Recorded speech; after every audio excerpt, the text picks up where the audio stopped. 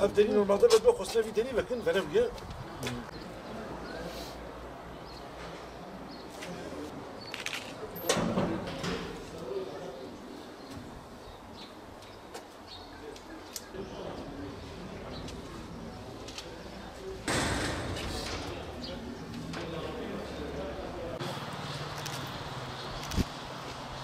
Selamünaleyküm. Geçmiş olsun. Hayırdır, ne olmuş? Geçen yılda polisler size bu şekilde baskın yapmışlar. Ne olmuş yani? Hayırdır? Bilmiyorum, 2 defadır yanlış adres diye geliyorlar. Evet. Bizim bütün kapıları kırdıktan sonra tekrar kapılarını tamir edip gidiyorlar. Bu sefer kabul etmedik. Bu kapıların kırılmasını, yani tamir edilmesini kabul etmedik. Siz evde değil miydiniz yani kapıyı açmadınız mı? Niye? Biz köyde çalışıyoruz, inşaat işçisiyiz. Önce bayanda da çocuklarımız vardı. Evet. İkinci defadır aynı şekilde bizim kapılarımızı kırıyorlar. Sonra da özür dileyip yanlış adres diye gelip kapıları tamir edip gidiyorlar. Bu sefer kapıların tamir etmesine müsaade etmedik. Yani bunlar bu kapıyı kırmışlar böyle. Evet. Evet, aynı şekilde bunu da bir diğer kapıyı da kırmışlar. İçerideki kapıyı da mı? Evet. İçerideki kapıyı da kırmışlar. Başları yapılmış. Eşlerimizin kapı arkasına gelip kapıyı açmak istemelerine rağmen kapıyı kırmışlar. Kafasına silah dayayıp yere yatırmaya çalışmışlar ama onlar ikinci defa olduğu için bu sefer yapmamışlar. Çocuklarımızın korktuğunu dile getirmişler. Çocukların yanına gideceğiz demişler. Tam operasyonu yapıyorlar değil mi? Evet. Saat Sabah saat 5.30'da yapmışlar. 5.30'da. Geçen sefer saat 3.30'da yapmışlardı. Cumartesi günü Batmanlı bu ailemiz il başkanlığımıza gelerek sabah saat 5.30 gibi emniyet ekiplerinin evlerine baskın düzenledikleri, zili çaldıklarında bayanların evde erkekler yoktur, hayırdır, niçin kapıyı çalıyorsunuz dediklerinde işte bayanların kapı açmasını beklemeden dış kapıyı rayından sökerek iç kapıyı da koçbaşıyla kırarak içeri girmişler.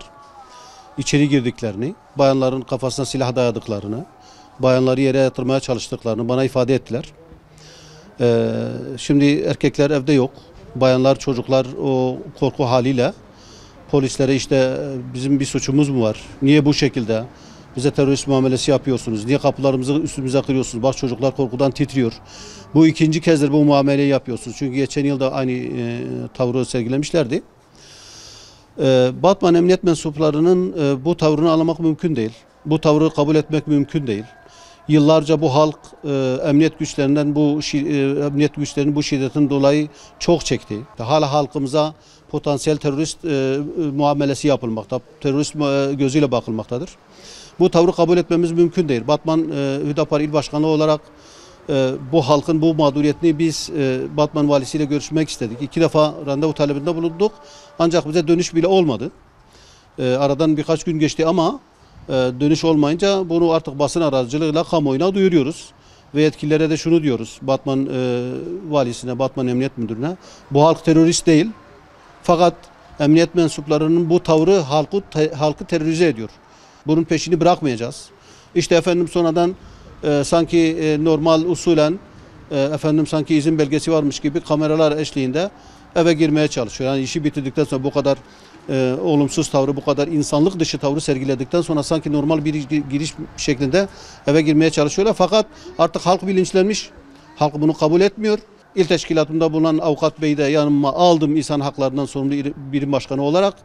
Bu ekibe dava açacağız ve bu davanın da takipçisi olacağız. Yani açıkçası 21. yüzyılda her şeyin sanal olduğu, sanal olarak kaydedildiği böyle bir dönemde bir adrese 2 farklı zamanda yanlış adres diye bir kılıf vererek baskın yapması ve bunu terörle mücadele ekiplerinin yapmış olması, bunu koçbaşıyla evleri kırmış olması çok da mazur görülecek bir durum değildir. Bir durum eğer bir defa hata olarak yapılırsa belki mazur görülür. Ancak hata ikinci defa tekrar edilirse bu artık hata değil, kasıt aramaya başlarız.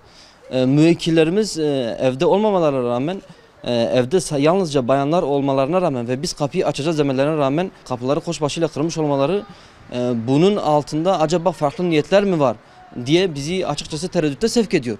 Bu anlamda biz de yasal olarak hukuki girişimlerde bulunmuş durumdayız. Suç duyurusu, tazminat davası gerekli bütün girişimlerde bulunmuş bulunmaktayız. Müvekkillerimizin bu mağduriyetleri hem maddi olarak uğramış oldukları bu mağduriyetleri hem de psikolojik olarak çocukları üzerinde bırakmış oldukları bu mağduriyetlerin takipçisi olacağız. Biz bu hatanın bir daha aynı şekilde aynı ekipler tarafından tekrar edilmiş olmasını mazur görecek değiliz. Daha önce yapmış olduğumuz girişimlerde Batman Emniyet Müdürü başta olmak üzere bu bir hatadır, bir daha tekrar olmayacak diye bize güvence vermiş olmalarına rağmen böyle bir mahallede herkesin gözü önünde ve şafak operasyonuyla bu kadar bariz bir şekilde bir hatayı bizim mazur görmemiz mümkün değildir. Biz işin yasal takipçisi olup gerekli işlemleri başlatmış durumdayız. Bu ev bizimdir. Bu ikinci defadır aynı şekilde bizim evimize baskın yapılıyor.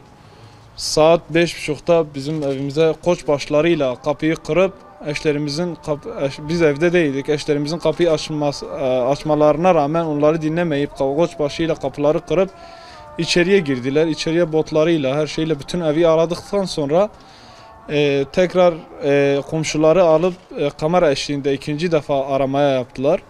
Yani zili falan çalmamışlar.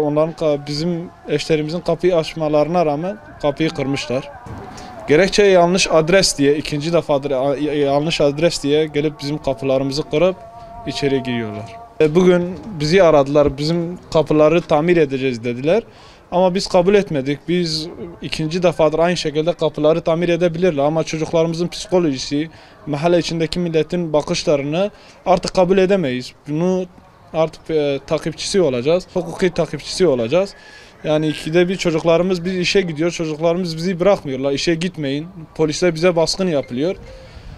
Biz sabah polislerin kapı sesiyle uyandık. Onlar kapıyı çalmadan içeri girdiler, kapıyı kırdılar. Ben kapıyı açmaya çalıştım ama açamadım.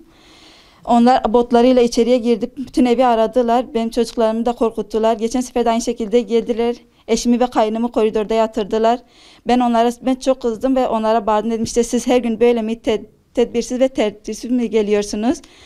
Bütün evi aradınız da bir şey bulmadınız dedim. Siz benim çocuklarımı da geçen yıl gelip korkuttunuz. 1 yıla kadar kendilerine gelemediler bizim çocuklarımız. 2,5 yaşında en küçük çocuğum. Onun psikolojisi her eve misafir geldiğinde onlara söylüyor işte askerler gelmiş bizim evimizin kapısını kırmışlar diyor.